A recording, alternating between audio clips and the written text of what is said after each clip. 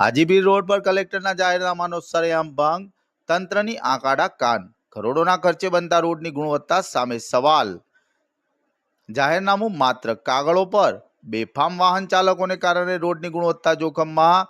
એક તરફ કરોડો રૂપિયાના ખર્ચે હાજીપીર રોડનું નિર્માણ કાર્ય ચાલી રહ્યું છે, તો બીજી તરફ આ રોડ પર વાહન ચાલકો દ્વારા કલેક્ટરશ્રીના જાહેરનામાની ખુલ્લેઆમ ऐसी की तैसी કરવામાં આવી રહી છે।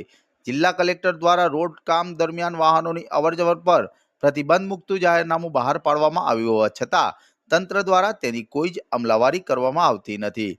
હાજીપીર રોડ પર હાલમાં કામગીરી પૂરજોશમાં ચાલી રહી છે। નિયમ મુજબ રોડ નિર્માણ દરમિયાન વાહનોની અવરજવર બંધ રાખવી જરૂરી છે, જેથી રોડનું કામ ટકાઉ અને ગુણવત્તાયુક્ત બને। જો કે વાહન ચાલકો આ નિયમને નેવે મૂકીને બેફામ રીતે વાહનો ચલાવી રહ્યા છે। રોડ પર એક તરફ કામ ચાલી રહ્યું છે અને બીજી તરફ વાહનો દોડી રહ્યા છે। આ સ્થિતિમાં કામની ગુણવત્તા જાળવવી મુશ્કેલ છે અને રોડ ભવિષ્યમાં વહેલો તૂટી જવાની ભીતિ સેવાઈ રહી છે। જાહેરનામું બહાર પાડ્યા છતાં વહીવટી તંત્ર કે પોલીસ દ્વારા કોઈ કડક પગલાં લેવામાં આવતા નથી, જેના કારણે આ જાહેરનામું માત્ર નામ પૂરતું સાબિત થઈ રહ્યું છે।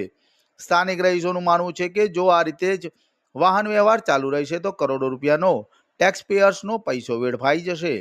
સ્થાનિક નાગરિકોએ તંત્ર પાસે કડક માંગ કરી છે કે કલેક્ટરશ્રીના જાહેરનામાની કડક અમલવારી કરવામાં આવે અને રોડનું કામ પૂર્ણ ન થાય ત્યાં સુધી વાહન ચાલકો પર પ્રતિબંધ મૂકવામાં આવે।